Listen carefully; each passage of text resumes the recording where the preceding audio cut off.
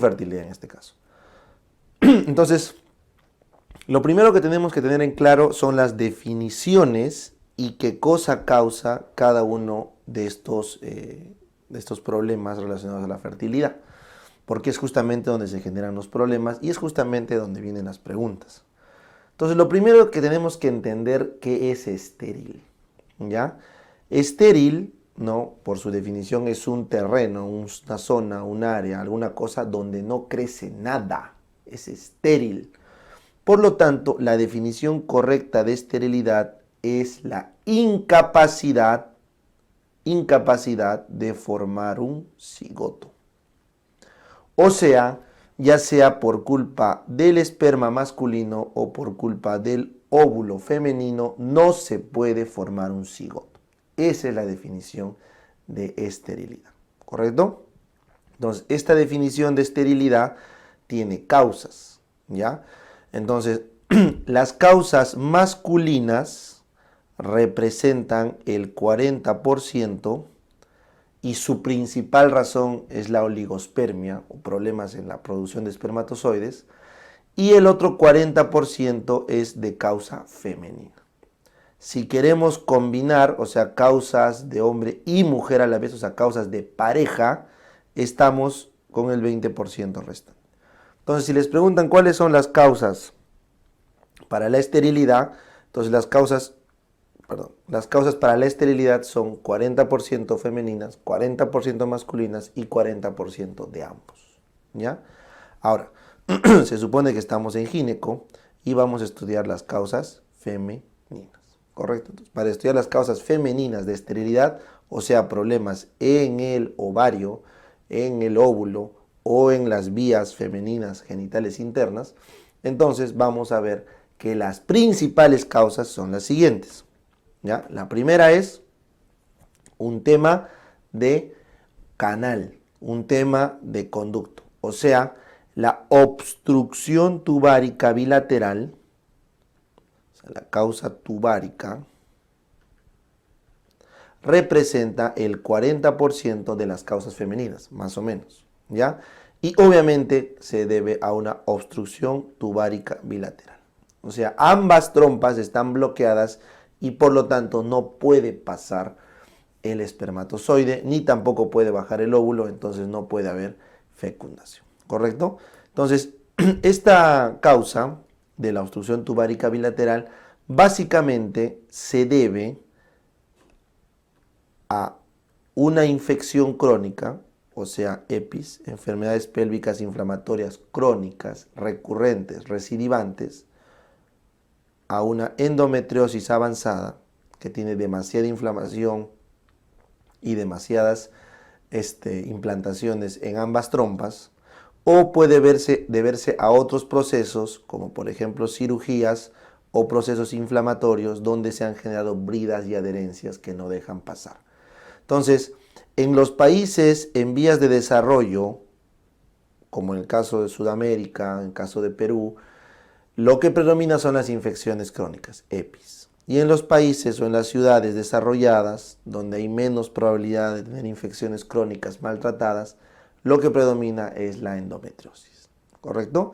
Entonces, esa es la forma como se distribuye las causas de esterilidad por obstrucción tubárica bilateral.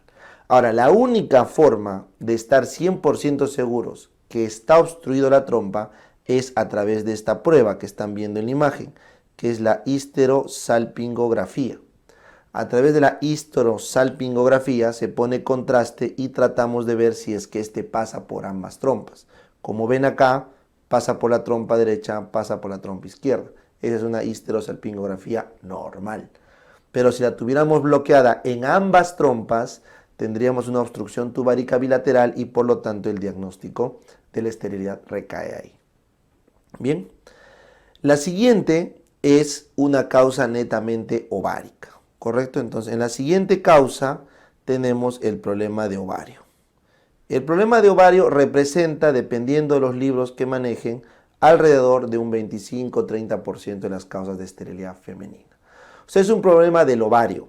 Es un problema del ovario en el que tiene problema para secretar progesterona, tiene problema para formar un ovocito, o sea, tiene un problema en la foliculogénesis. No se forma folículos. O sea, es un problema de anovulación.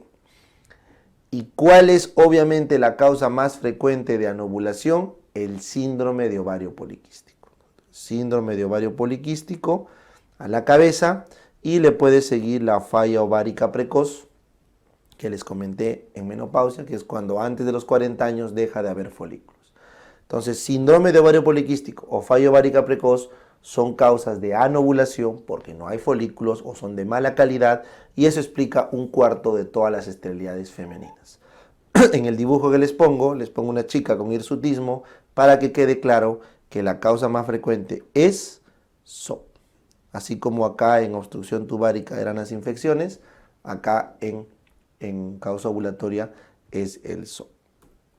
Y bueno, las siguientes causas son el resto del canal. Entonces acá vamos a poner como siguiente causa en orden a las fallas en el cérvix.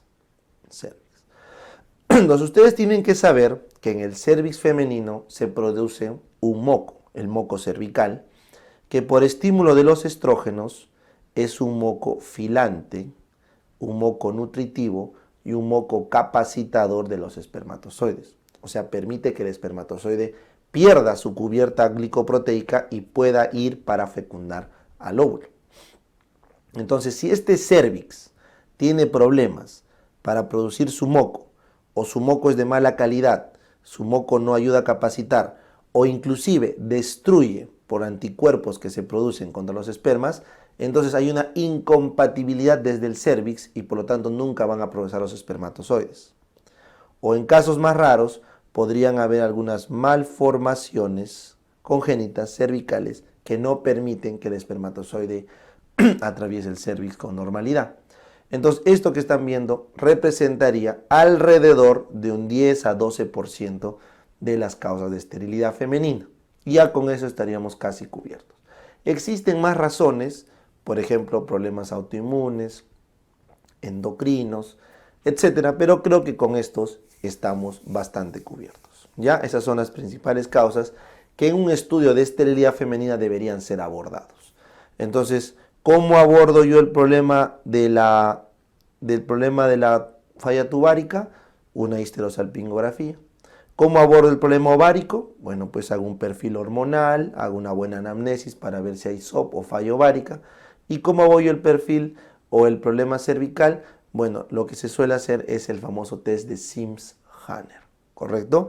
El test de Sims-Hanner lo que busca ver es si es que hay una compatibilidad cérvico-masculina. En el test de Sims-Hanner lo que se evalúa son el coito, los espermatozoides y el cérvix.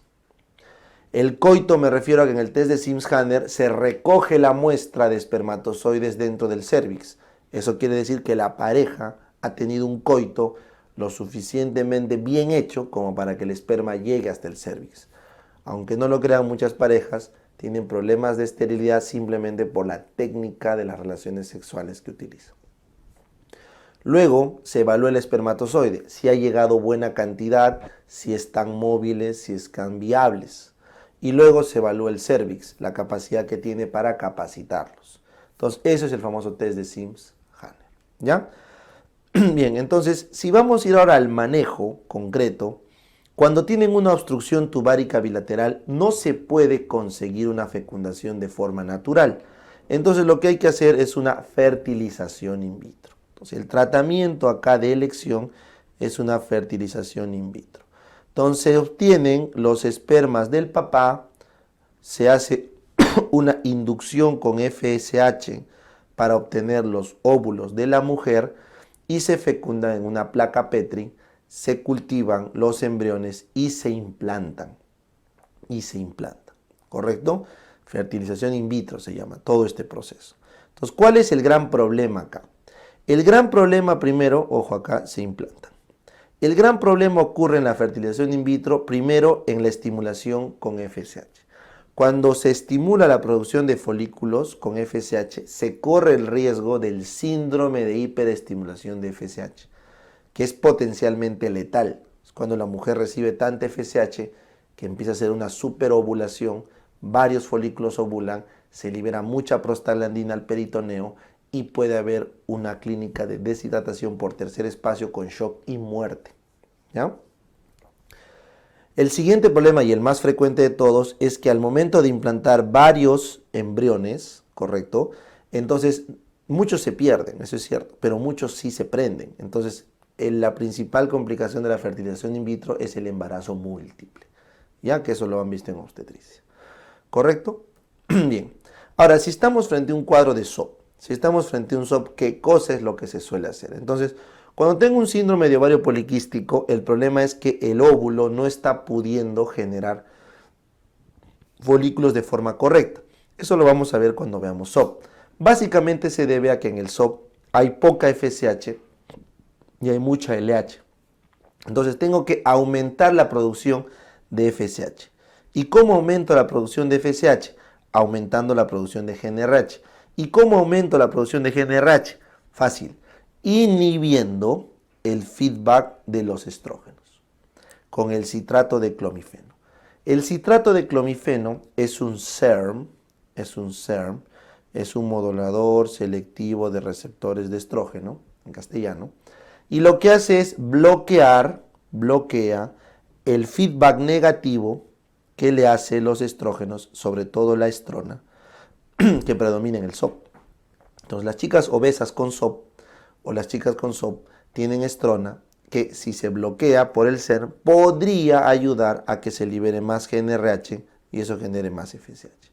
Cuando la chica es obesa no sirve tanto el clomifeno, se prefiere usar letrozol, pero bueno, el mecanismo básicamente es ese. Eso lo vamos a explicar más a detalle en el SOP. Entonces, inductores de la ovulación como el citrato de clomifeno. ¿Existen otros inductores de la ovulación también? Sí, se pueden usar fármacos que disminuyen la prolactina, como agonistas dopaminérgicos, se puede usar análogos de la GnRH en pulsación, coserelida, leoprolide, se pueden utilizar la misma FSH en pulsación, etc.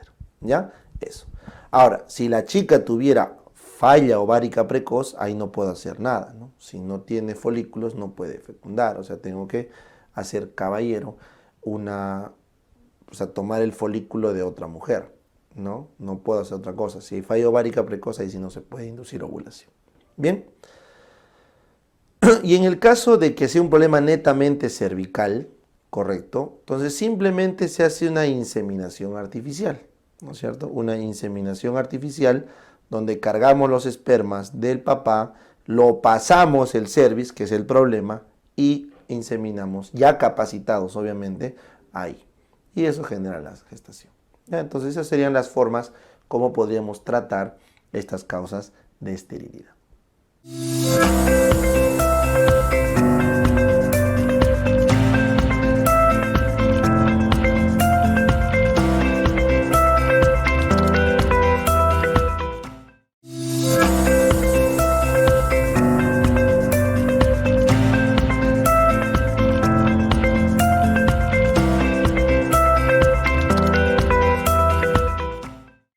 Entonces ahora vamos a conversar de infertilidad, ¿correcto? Entonces acá la definición es diferente. Infértil viene del término fruto. O sea, la definición originaria de infértil era la incapacidad para producir un hijo vivo. Un hijo vivo. Y por lo tanto, su definición era aquella pareja que tenía abortos a repetición. ¿Me entienden? Entonces, la definición de infértil va por el hecho de producir un hijo vivo, o sea, no abortarlo en el camino. Entonces, la definición era pareja con abortos a repetición, pareja infértil. Entonces, como esta definición ya no es aceptada, porque no vamos a esperar a que esté abortando para definir infertilidad, y como la probabilidad de obtener hijo vivo es variable, o sea, va a depender desde que si se pudo fecundar o si es que pudo continuar, etc. Entonces, el término infertilidad con esterilidad a veces se confunde. Entonces, para fines prácticos, la OMS define a la pareja infértil ojo, a la pareja infértil como aquella pareja que por más de 12 meses no logra concebir, correcto, no logra concebir, o concibiendo no logra tener un hijo viable, un hijo vivo viable, siempre y cuando la mujer sea menor a 35 años. La mujer. ¿Ya? Y la otra definición de pareja infértil es aquella pareja que pasado los 6 meses, cuando la mujer es mayor a 35 años, ¿correcto? O ha recibido quimioterapia o radioterapia que afecta a sus folículos, no pueden concebir o tener un hijo vivo. Entonces, esa definición de fertilidad e infertilidad es un poco más fácil de comprender, ya que se está refiriendo tanto a la esterilidad como a la infertilidad que les comenté. Para fines prácticos, las preguntas de examen vienen sobre la definición de infertilidad que están viendo acá, pero de las causas de esterilidad que les mostré en el tema anterior.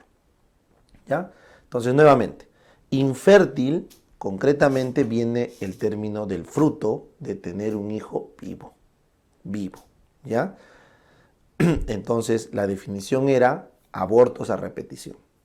Como esa definición no va, entonces simplemente nos quedamos como aquella pareja incapaz de concebir o tener un hijo vivo pasado un año de intentos de relaciones, obviamente sin condón, sin anticonceptivos, relaciones correctas, siempre y cuando la mujer sea joven. Entiéndase joven desde el punto de vista de la fertilidad como menor a 35 años. Si es que la mujer es mayor a 35 años o ha tenido quimioterapia o radioterapia, algo que le haga daño a sus folículos, entonces se define pareja infértil cuando por 6 meses no están pudiendo concebir. ¿Ya? Eso es importante que lo recuerden. Ahora, existe una tercera definición, que es aquella pareja que ya tuvo abortos anteriormente, entonces no se espera y se arranca el estudio de infertilidad inmediatamente. Entonces, otra definición de pareja infértil es la antigua, que es aquella pareja que ya tiene abortos a repetición. ¿Está bien? Entonces, esa es la forma como ustedes deberían abordar esto. En la literatura, infértil se confunde con estéril cuando traducimos del español al inglés, y el término de infértil para los gringos o para la literatura anglosajona suele ser subfértil. Ahí hay un poquito de confusión. ¿Bien? Bueno, entonces continuamos. Entonces, ¿cuáles son las causas ahora netamente de infertilidad? O sea, netamente de infertilidad.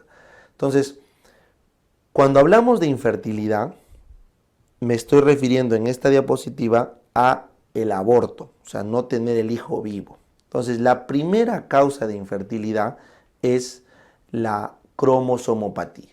Entonces, la primera causa que ustedes deben recordar para que se produzca un aborto son los problemas de los cromosomas,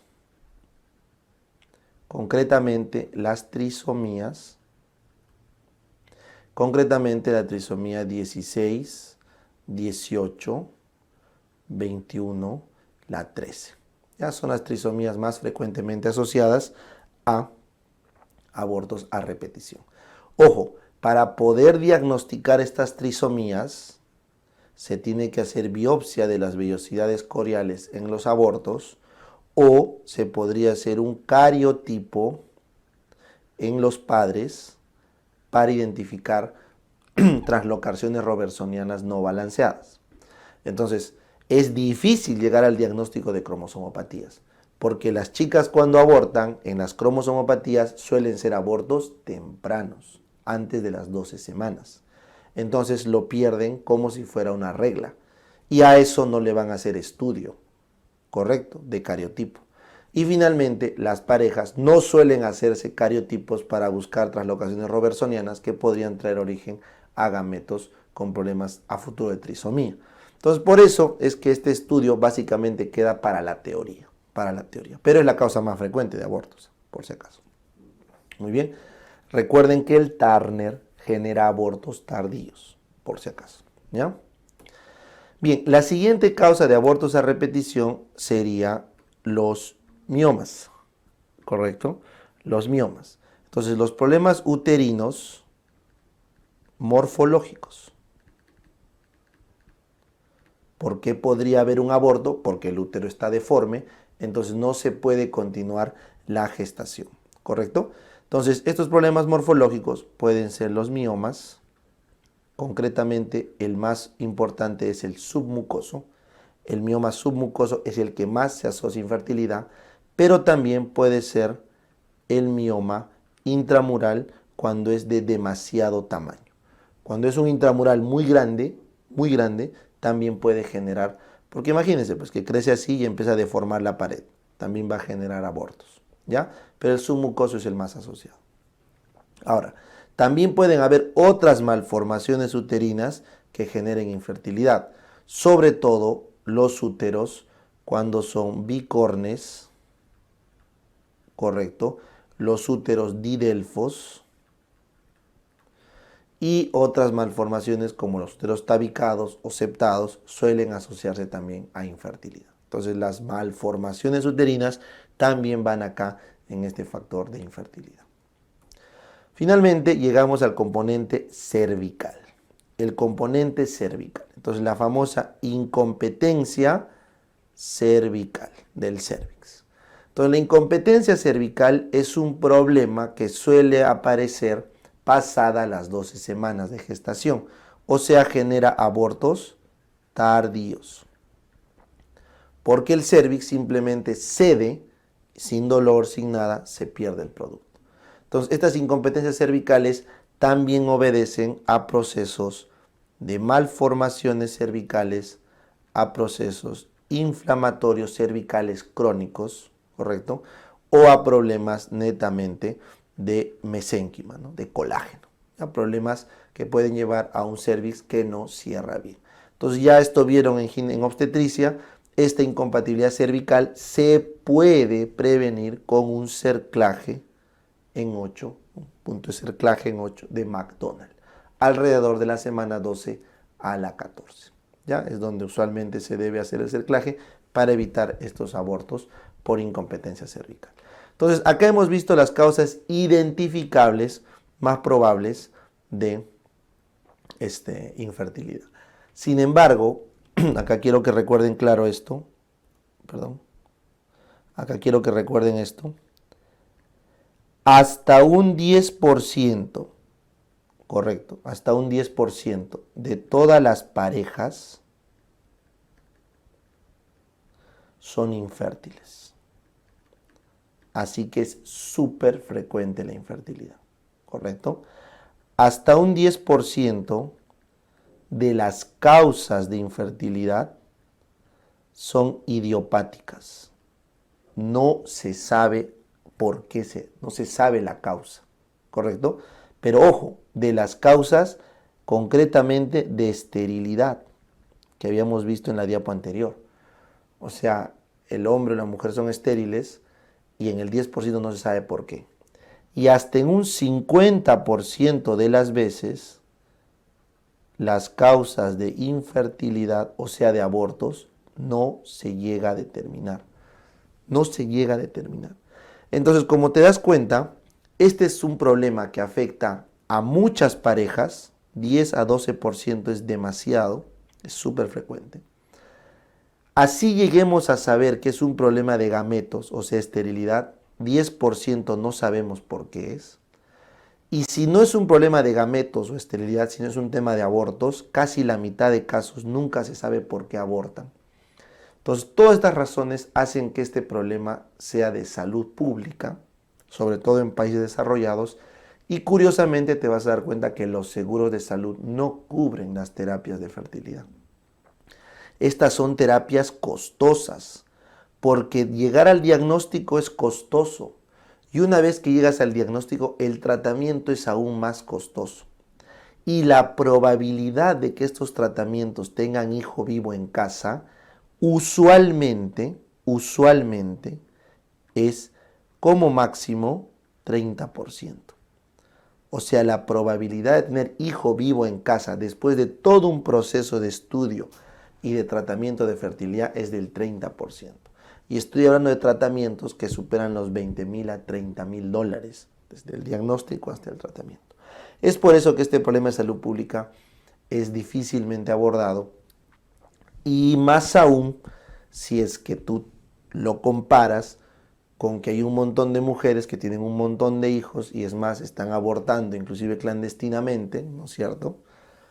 Entonces, tu presupuesto de salud pública obviamente va a ir destinado a las mujeres con muchos hijos o con abortos clandestinos, ¿no? Temas de anticoncepción, y no vas a ponerle plata a las mujeres de estrato socioeconómico alto, bien acomodadas, que quieren tener hijos y no pueden, ¿no? Y quieren pagar por tener hijos.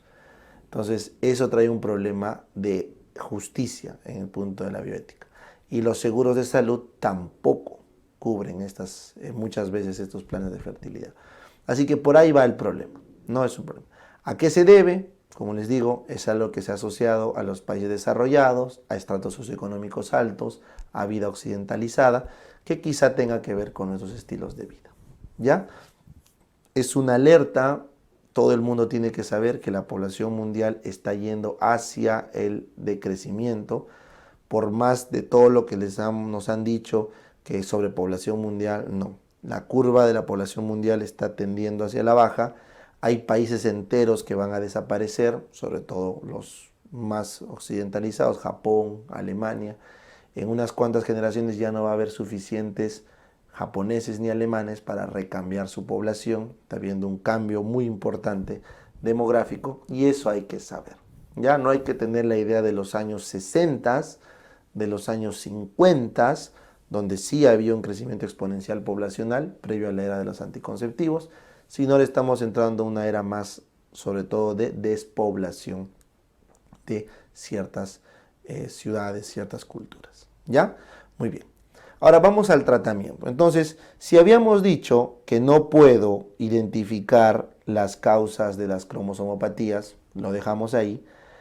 Hemos visto que todos los problemas morfológicos uterinos, correcto, pueden traer problemas de fertilidad, entonces esto solamente se va a arreglar con cirugía, con cirugía. Y el tema de incompatibilidad cervical, ya les dije que se arregla con el cerclaje. Entonces, claramente, el manejo específico de la infertilidad está definido. Pero lo más probable es que le pregunten esto. Las parejas normalmente consultan por infertilidad, pero es porque no saben que tienes que esperar hasta 12 meses. Entonces, la pregunta de examen fue, ¿qué pasa cuando una pareja joven, con mujer menor a 35 años, ahí está, antes de los 12 meses, acude a consulta para temas de fertilidad? ¿Qué es lo que hay que hacer, profe? Simplemente consejería. Consejería. Y con esto termino esta explicación. ¿A qué me refiero con la consejería? Primero, hay que aconsejarle sobre las técnicas para la reproducción. O sea, una buena relación sexual.